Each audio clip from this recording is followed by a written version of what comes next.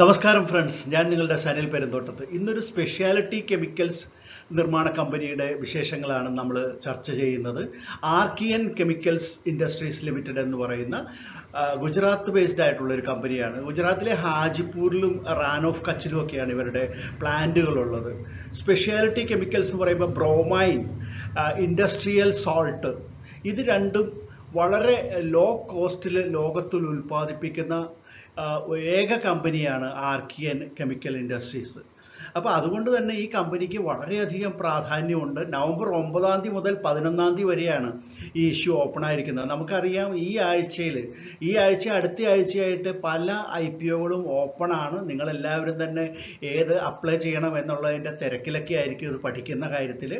എന്തായാലും ഈ company Archean chemical industries എന്ന ഈ കമ്പനി 1462.31 കോടി രൂപയാണ് മാർക്കറ്റിൽ നിന്ന് റേസ് ചെയ്യുന്നത്. അതിൽ ഫ്രഷ് ഇഷ്യൂ ആയിട്ട് വരുന്നത് 805 കോടി രൂപയാണ്. ബാക്കി ഓഫർ ഫോർ സെയിലാണ്. എന്തായാലും നമുക്ക് ഈ കമ്പനിയുടെ, അതായത് ഈ സ്പെഷ്യാലിറ്റി കെമിക്കൽസ് നിർമ്മിക്കുന്ന ഈ കമ്പനിയുടെ വിശേഷങ്ങൾ ഒന്ന് പരിശോധിക്കാം.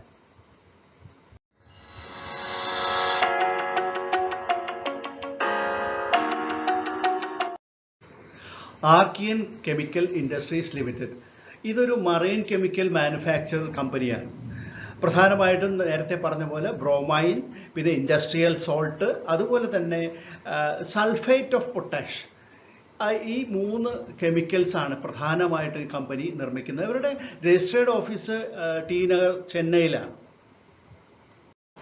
ഈ ബ്രോമൈൻ എന്ന് പറയുന്നത് ഫാർമസ്യൂട്ടിക്കൽ ആവശ്യങ്ങൾക്കും അഗ്രോ കെമിക്കൽ, വാട്ടർ ട്രീറ്റ്മെൻറ്റ്, അതുപോലെ ഓയിൽ ആൻഡ് ഗ്യാസ് അതിൻ്റെ നിർമ്മാണം, പിന്നെ എനർജി സ്റ്റോറേജ്, ബാറ്ററീസ്, ഇതിൻ്റെ എല്ലാ ആവശ്യത്തിനും ഉപയോഗിക്കുന്ന ഒരു കെമിക്കലാണ്. പിന്നെ ഉള്ളത് ഇൻഡസ്ട്രിയൽ സോൾട്ടാണ്. ഇൻഡസ്ട്രിയൽ സോൾട്ട് എന്ന് പറയുമ്പോഴത്തേക്കും അതൊരു ഈ കെമിക്കൽ ഇൻഡസ്ട്രിയിൽ വളരെ അത്യാവശ്യമായിട്ടുള്ള ഒരു കാര്യമാണ്. അതായത് സോഡിയം കാർബണേറ്റ്, അതായത് നമ്മുടെ ഈ സോഡ ആഷ് എന്ന് പറയുന്ന സാധനം, caustic soda, hydrochloric acid, chlorine, bleaching powder, പിന്നെ ക്ലോറേറ്റ്സ്, സോഡിയം സൾഫേറ്റ്, ഇങ്ങനെയൊക്കെയുള്ള കാര്യങ്ങളിലെല്ലാം അതിൻ്റെ എല്ലാം റോ മെറ്റീരിയലായിട്ട് വരുന്ന ഒന്നാണ് ഈ ഇൻഡസ്ട്രിയൽ സോൾട്ട് എന്ന് പറയുന്നത്. പിന്നെ ഉള്ളത് സൾഫേറ്റ് പൊട്ടാഷാണ്. അത് ഫെർട്ടിലൈസേഴ്സിലും മെഡിക്കൽ ആവശ്യങ്ങൾക്കും എല്ലാം ഉപയോഗിക്കുന്ന ഒരു കെമിക്കലാണ്. അതിൽ അറിയേണ്ട ഒരു കാര്യം, സൾഫേറ്റ് ഓഫ് പൊട്ടാഷ് എന്ന് പറയുന്നത് നിർമ്മിക്കുന്ന ഇന്ത്യയിലെ ഏക ഫാക്ടറിയാണ് ആർക്കിയൻ. പിന്നെ നമ്മൾ മറ്റൊരു കാര്യം അറിഞ്ഞിരിക്കേണ്ടത്, 13ഓളം രാജ്യങ്ങളിലേക്ക് ഇത് കയറ്റി അയക്കപ്പെടുന്നുണ്ട്. അവർക്ക് 18ഓളം ഗ്ലോബൽ കസ്റ്റമേഴ്സ് ഉണ്ട്. കസ്റ്റമേഴ്സ് എന്ന് പറയുമ്പോൾ വലിയ ഫാക്ടറികൾ തന്നെയാണ്, ഇതുപോലെയുള്ള വ്യവസായശാലകൾ. പിന്നെ 24ഓളം ഡൊമസ്റ്റിക് കസ്റ്റമേഴ്സും ആർക്കിയനുണ്ട്. പ്രൊഡക്ഷൻ പറയുകയാണെങ്കിൽ 28,500 മെട്രിക് ടൺ ലിക്വിഡ് ബ്രോമൈനാണ് ഒരു വർഷം അവർ ഉൽപ്പാദിപ്പിക്കുന്നത്. അതുപോലെ 30 ലക്ഷം metric ton industrial salt produce ചെയ്യുന്നുണ്ട്. 1,30,000 മെട്രിക് ടൺ സൾഫേറ്റ് ഓഫ് പൊട്ടാഷാണ് അവർ വാർഷികമായിട്ട് നിർമ്മിക്കുന്നത്. ഇനി പ്രധാന പ്രൊമോട്ടേഴ്സിനെ നോക്കുകയാണെങ്കിൽ കെമിക്കാസ് സ്പെഷ്യാലിറ്റി LLP, അതൊരു ഫണ്ടാണ്. അവരാണ് പ്രധാന പ്രൊമോട്ടേഴ്സിൽ ഒന്ന്. അതുകൂടാതെ രവി പെൻഡുരുത്തി, രഞ്ജിത്ത് പെൻഡുരുത്തി എന്നീ 2 പ്രൊമോട്ടേഴ്സ് കൂടി പ്രധാനമായിട്ടുണ്ട്. ടോട്ടൽ ഇഷ്യൂ സൈസ് 1462.31 കോടി രൂപയാണെന്ന് നമുക്കറിയാം. അതിൽ 805 കോടി രൂപ മാത്രമാണ് ഫ്രഷ് ഇഷ്യൂ ആയിട്ടുള്ളത്. ബാക്കിയുള്ളത് ഓഫർ ഫോർ സെയിലാണ്. പ്രൊമോട്ടേഴ്സും ഇപ്പോഴുള്ള മറ്റ് ഇൻവെസ്റ്റേഴ്സും വിറ്റഴിക്കുന്നത് അത് ഏകദേശം 657.31 കോടി രൂപയുണ്ട്.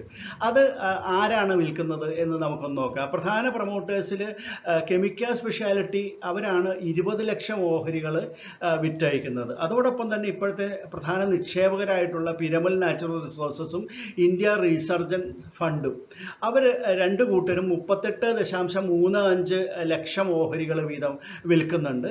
അതുപോലെ തന്നെ ഇന്ത്യ റീസർജൻസ് ഫണ്ട് 2, അവർ 68.78 ലക്ഷം ഓഹരികളും വിൽക്കുന്നുണ്ട്. അത് അവരുടെ എല്ലാം കൈവശമുള്ള ഓഹരികളുടെ ഒരു ചെറിയ ശതമാനം മാത്രമാണ്. അല്ലാതെ പ്രൊമോട്ടേഴ്സ് എല്ലാം ഓഹരികൾ വിറ്റ് അയച്ച് ഓടിപ്പോവുകയാണെന്നൊന്നും തെറ്റിദ്ധരിക്കേണ്ട. അവർ ഈ അവസരം മുതലെടുത്തുകൊണ്ട് കുറച്ച് ഓഹരികൾ വിൽക്കുന്നു എന്ന് മാത്രം കണ്ടാൽ മതിയാവും. പിന്നെ എന്തിനാണ് ഈ 805 കോടി രൂപ അവർക്ക് ഫ്രഷ് ഇഷ്യൂ വഴി കിട്ടുന്നുണ്ടല്ലോ, അത് എന്തിനു വേണ്ടിയിട്ടാണ് ഉപകരിക്കുന്നത് എന്ന് നോക്കുകയാണെങ്കിൽ, അവരുടെ കൈവശം അവർ കുറച്ച് നാൾ മുമ്പ് നോൺ കൺവേർട്ടബിൾ ഡിബഞ്ചേഴ്സ് ഇറക്കിയിരുന്നു. അത് ഷെയറാക്കി മാറ്റാൻ പറ്റില്ല, പൈസ കൊടുത്ത് തന്നെ തീർക്കേണ്ടതുണ്ട്. അപ്പോൾ അതിൻ്റെ റിഡംഷന് വേണ്ടിയിട്ടാണ് 805 കോടിയിൽ പ്രധാനമായിട്ടും ഉപയോഗിക്കുന്നത്. ബാക്കി കോർപ്പറേറ്റ് പർപ്പസസിന് വേണ്ടിയിട്ടും ഉപയോഗിക്കും.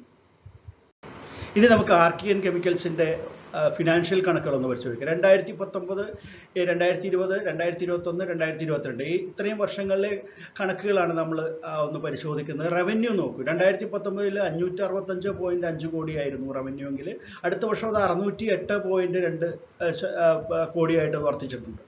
2021 740.8 ആയിട്ടും അത് 2022 ആയപ്പോൾ 1330.4 ആയിട്ടും റവന്യൂവിൽ നല്ലൊരു വർധനവാണ് കാണുന്നത്. ഇത് എക്സ്പെൻസ് കോളമാണ്.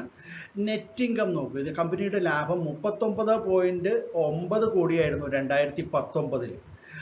അത് അടുത്ത വർഷമായപ്പോൾ 2020 പ്രത്യേകത നമുക്കറിയാം. അതായത് കോവിഡ് കാലമായിരുന്നു. ആ സമയത്ത് നെറ്റ് ഇൻകം എന്നുള്ളത് ലോസിലേക്ക് വന്നു. 36.4 കോടിയുടെ ലോസാണ് അവിടെ കാണുന്നത്. അതിൻ്റെ അടുത്ത വർഷമായപ്പോഴത്തേക്ക് ആ ലോസ് കവർ ചെയ്തിട്ട് പിന്നെ അത് മുന്നിലേക്ക് വന്നു. 66.4 കോടിയുടെ ലാഭത്തിലേക്ക് എത്തിയിട്ടുണ്ട്. പിന്നെ 2022 ആയപ്പോഴത്തേക്ക് 188.7 കോടിയായിട്ട് അതിൻ്റെ ലാഭം മാറുന്നത് നമുക്ക് കാണാനായിട്ട് സാധിക്കും.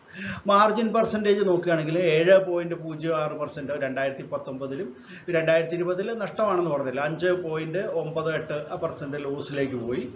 പിന്നെ അടുത്ത വർഷം 8.96 തന്നെയാണ് അത് പ്രോഫിറ്റായിട്ട് മാർജിൻ പെർസെൻറ്റേജ് കാണിക്കുന്നുണ്ട്. പിന്നെ അടുത്തത് 16.69. ഇങ്ങനെയാണ് ഇതിൻ്റെ ഫിനാൻഷ്യൽ സൈഡ് കാണുന്നത്.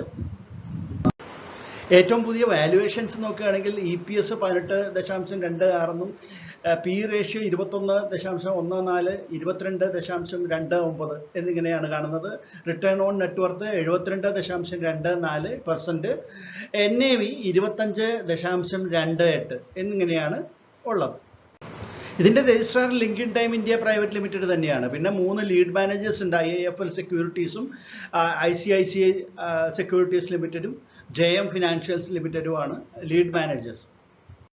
ഓൺലൈനായിട്ട് ഷെയർ അപ്ലൈ ചെയ്യേണ്ടത് എങ്ങനെയെന്ന് അറിയാത്ത പുതിയ നിക്ഷേപകർക്ക് വേണ്ടിയിട്ട് അതിൻ്റെ ഒരു വീഡിയോ ഞാൻ ലിങ്ക് മുകളിൽ കൊടുത്തിട്ടുണ്ട്. അത് നിങ്ങൾ കണ്ടാൽ മതിയാവും. നമുക്കിനി ആർക്കിയൻ കെമിക്കൽ ഇൻഡസ്ട്രീസിൻ്റെ IPO ഡീറ്റെയിൽസ് ഒറ്റനോട്ടത്തിൽ ഒന്ന് പരിശോധിക്കാം. IPO ഡേറ്റുകൾ നവംബർ 9 മുതൽ 11 വരെയാണ്. അതിൻ്റെ പ്രൈസ് ബാൻഡ് 386 രൂപ മുതൽ 407 രൂപ വരെയാണ്. ഫ്രഷ് ഇഷ്യൂ 805 കോടി രൂപ. ഓഫർ ഫോർ സെയിൽ 657.31 കോടി രൂപ. ടോട്ടൽ വരുമ്പോൾ 1462.31 കോടി രൂപ. ഇതിൻ്റെ ലോട്ട് സൈസ് മിനിമം അപ്ലൈ ചെയ്യേണ്ടത് 36 ഓഹരികൾ മിനിമം. ഇതിൻ്റെ ഫേസ് വാല്യൂ 2 രൂപയാണ് ഒരു ഓഹരിക്ക്. ഇത് ഇൻവെസ്റ്റേഴ്സിന് റീറ്റെയിലേഴ്സിന് 10% ഓഹരിയാണ് കമ്പനി അനുവദിച്ചിട്ടുള്ളത്. NSEയിലും BSEയിലും ലിസ്റ്റ് ചെയ്യുന്ന ഒരു മെയിൻ ബോർഡ് IPO ആണ്. ഇതിൻ്റെ ഏകദേശം ഡേറ്റുകളിലേക്ക് കിടക്കുകയാണെങ്കിൽ അലോട്ട്മെൻറ്റ് വരുന്നത് 16 തീയതിയാണ് നവംബർ മാസത്തിൽ. ഓഹരി കിട്ടാത്തവർക്ക് റീഫണ്ടായിട്ട് പണം തിരിച്ചു വരുന്നത് 17 തീയതിയാണ്. ഡിമാറ്റ് അക്കൗണ്ടിലേക്ക് ക്രെഡിറ്റ് കിട്ടുന്നത് 18 തീയതിയും. ലിസ്റ്റിംഗ് നടക്കുന്നത് നവംബർ 21 തീയതിയുമാണ്. ഇനി ഇത് അപ്ലൈ ചെയ്യണോ വേണ്ടയോ എന്ന് ആർക്കെങ്കിലും സംശയം ഉണ്ടെങ്കിൽ അവർക്ക് നമ്മൾ ഇതിൻ്റെ ഫിനാൻഷ്യൽ സൈഡ് പരിശോധിച്ചപ്പോൾ നമ്മൾ കണ്ടു വളരെ നല്ലൊരു ഫിനാൻഷ്യൽ ബാക്ക്ഗ്രൗണ്ടാണ് കമ്പനിക്കുള്ളതെന്ന് കണ്ടു.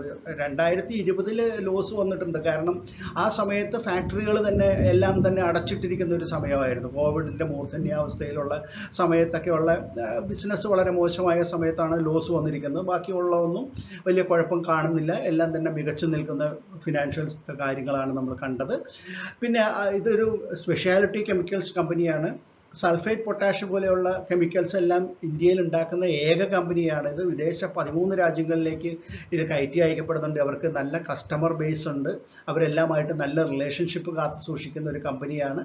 പിന്നെ ഇതിൽ കടം വരാനുള്ള കാര്യങ്ങളൊന്നും കാണുന്നില്ല. നല്ല ഒരു ബിസിനസ് തന്നെയായിട്ടാണ് കാണുന്നത്. കോമ്പറ്റീഷനും വളരെ കുറവാണ്. അപ്പോൾ ഈ കമ്പനി ലോങ് ടേം ബേസിലേക്ക് നല്ലത് തന്നെയാണ് എന്നാണ് എൻ്റെ വ്യക്തിപരമായിട്ടുള്ള അഭിപ്രായം.